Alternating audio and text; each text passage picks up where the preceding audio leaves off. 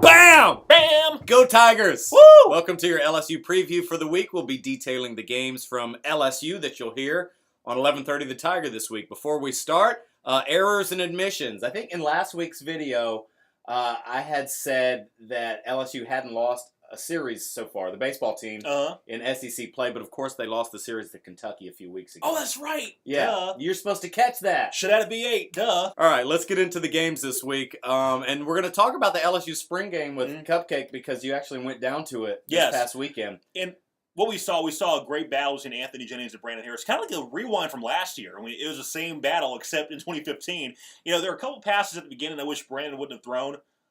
There's one pass I wish he just would have thrown away instead of trying to get it to the receiver at the end. But it was a really good game a really good play by both quarterbacks, Brandon and Anthony. And Les said after the game, he still doesn't know who the number one's going to be. So neither one separated himself. Neither one separated himself from Baton Rouge. It's the same predicament as last season. Yes. And so I don't know what we're in for this season. It could be. I hope it's not in for another. That's why they didn't put the spring game on the network. That's probably why they knew it. They knew in advance. Everything was going to be the same. Exactly. Yeah.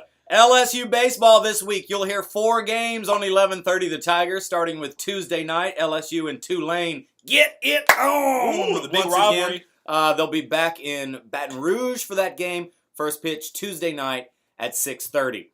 The SEC series this weekend is with Texas A&M.